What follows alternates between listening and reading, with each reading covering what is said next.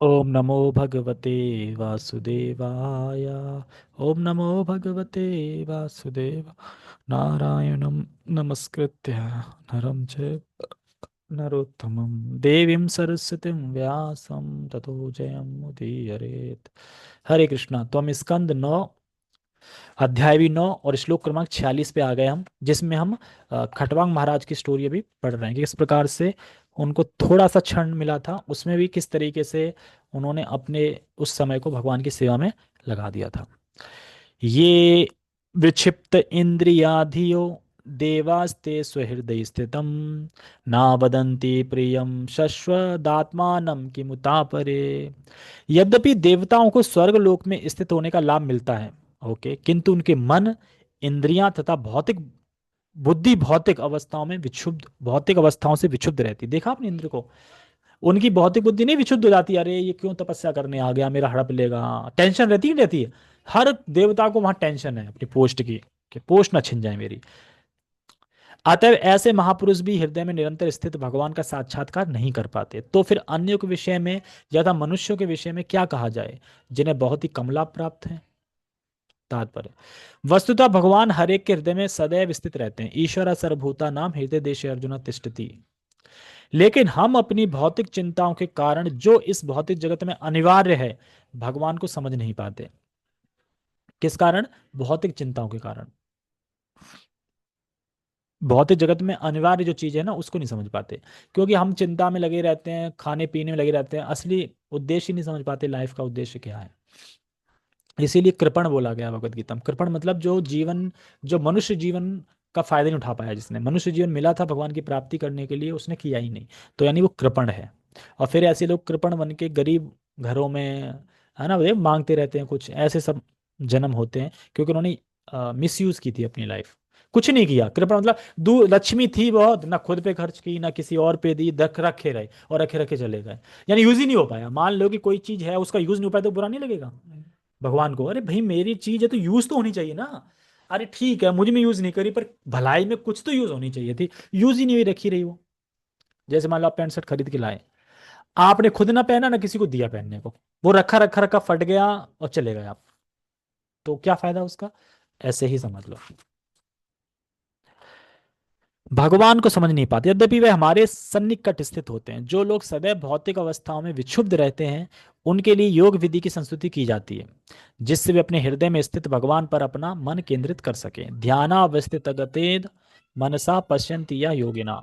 चूंकि भौतिक जगत में मन तथा इंद्रियां सदा विक्षुब्ध रहती हैं, अतः मनुष्य को धारणा, आसन तथा ध्यान जैसी योग की विधियों में मन को शांत करके उसे भगवान में केंद्रित करना चाहिए। ये स्टार्टिंग की वो बता रहे हैं कि अगर आपकी बहुत ही इंद्रिय विक्षुब्ध हैं, तो आप पहले योग करो, थोड़ा संयमित करो, थोड़ा ध्यान करो, थोड़ा अपनी इंद्रियों को शांत करो, तभी तो मन लग पाएगा ना। विक्षुब्ध पे लगेगा ही नहीं मन।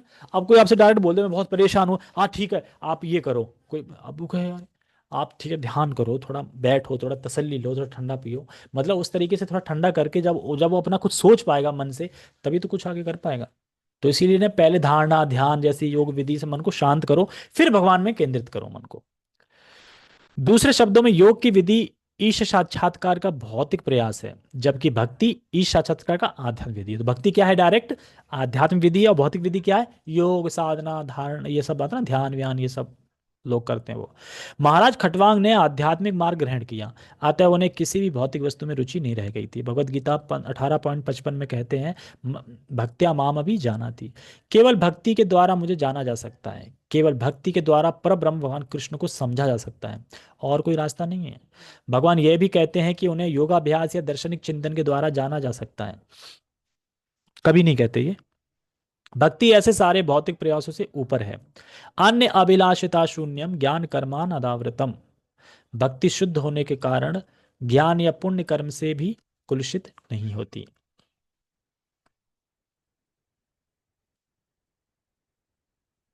आगा एक श्लोक बड़ा है थोड़ा, हम कल पढ़ेंगे, ठीक है?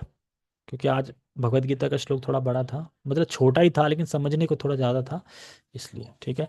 तो आप लोगों के लिए खुशखबरी है, आप लोग फ्री हैं। अब आप माया में जाना चाहें जा सकते हैं, या सोना चाहें सो सकते हैं। तमोगुण का उपयोग हम करते हैं सोने के लिए, क्योंकि तमोगुण है तो तमोगुण का उपयोग तो करना ही पड़ेगा। तो भक्त इतने चतुर होते हैं कि तमोगुण को भी भगवान की सेवा में लगा देते हैं। तमोगुण मीन्स मतलब सोना, अज्ञान। तमोगुण का ज्ञान क्यों बोलते हैं? क्योंकि सोते समय आपको पता है मेरे कितने बेटे हैं, मेरा कितने पति हैं, मेरा ऑफिस कहाँ है, मैं कहाँ लेटा हूँ, कहाँ सो रहा हूँ, कुछ नहीं पता होता। सोने के बाद पता रहता है कि आप सो कहाँ रहे हो। एक भिखारी चाहे जमीन पे सो रहा हो, एक धनी चाहे सोफे पे सो रहा हो, सोने के बाद दोनों सेम एक ही अवस्था में है। हालांकि जो भिखारी है वो ज्यादा टेंशन फ्री सोता है। क्यों? तभी तो उसे धरती पे नींद आ गई, उस सोफे वाले को नहीं आएगी।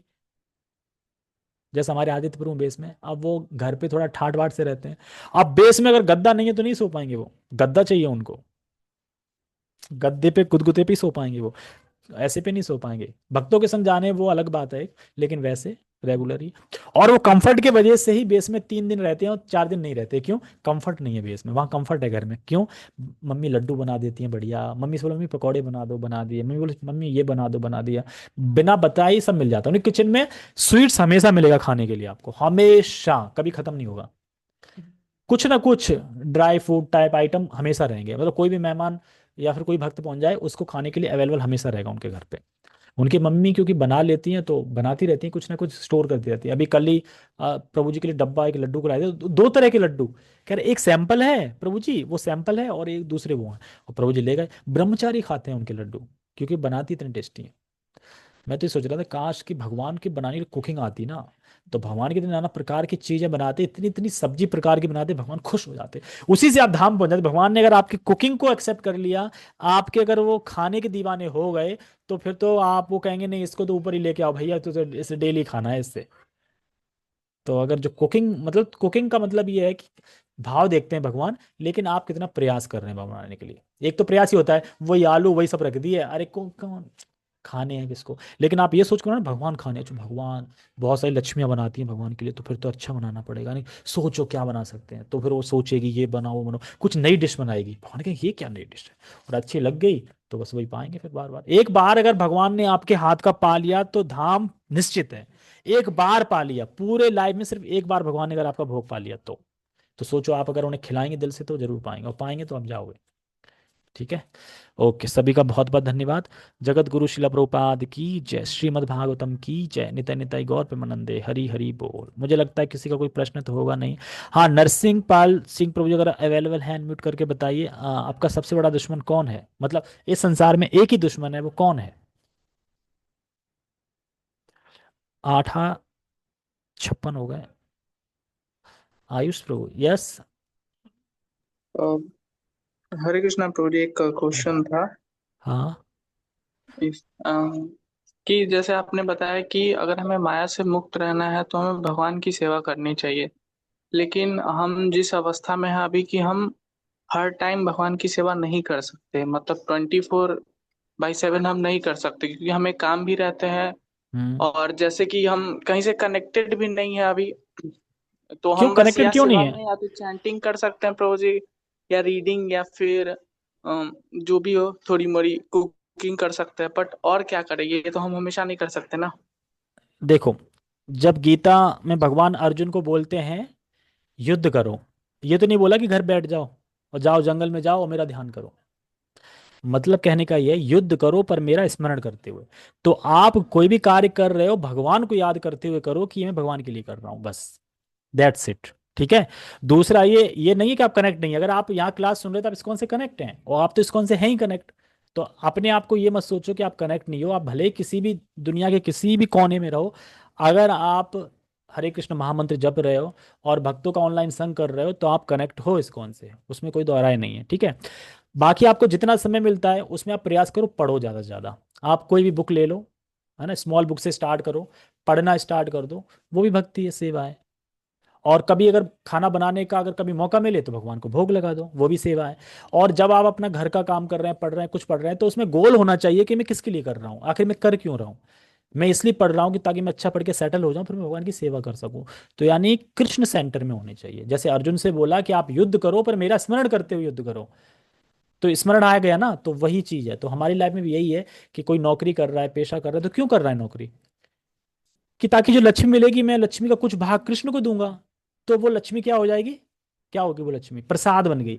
जैसे हम घर में कुकिंग करते हैं तो थोड़ा भगवान को देते हैं तो वो सारा प्रसाद बन जाता है। उसी प्रकार से आपको लक्ष्मी 10,000 मिली, उस 10,000 में से 1,000 निकाल के आपने कृष्ण के चरणों में दे दी, तो वो आपकी 9,000 लक्ष्मी क्या बन गई? अब वो पैसा नहीं है, अब वो प्रसाद बन गया है। अब उस प्रसाद को आप घर में रख के आप यूज कर रहे हो तो प्रसाद हो गया वो। तो हर चीज प्रसाद की तरह लो कि ये लाइफ मैं हूँ कृष्ण का। तो अब मुझे, क्योंकि मेरा कर्तव्य है, मैं एक व्यक्ति हूँ और मैं अभी पढ़ रहा हूँ, तो आपका कर्तव्य है पढ़ाई करना। तो आप पढ़ाई करिए, फुल मूड से पढ़ाई करिए, बस कृष्ण का चिंतन करते रहिए कि मैं कृष्ण के लिए कर रहा हूँ, कृष्ण सेंटर में रखिए। बाकी अपना कार्य करिए पूरे हृदय से। ऐसा नहीं है कि हृदय से अपने काम को छोड़ दिया, ऐसा नहीं करना, आपको अपना काम पूरा करना है। अपने काम में बेस्ट दीजिए तो भगवान प्रसन्न होंगे उससे। ठीक है। ओके। ठीक है, और कभी कभार समय मिले तो दिल्ली आ जाओ, हम लोग तो हैं ही दिल्ली में। हम तो, हमारा बेस भी है दिल्ली में, हम बेस में भी आ सकते हो आप, नो प्रॉब्लम।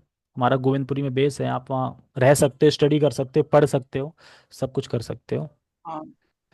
यस प्रभु जी, एक्चुअली पेरेंट्स वहाँ पे जाने नहीं दे रहे हैं, तो अमृतगढ़ प्रभु जी ने बोला था कि आप कोई गवर्नमेंट जॉब की तैयारी करिए।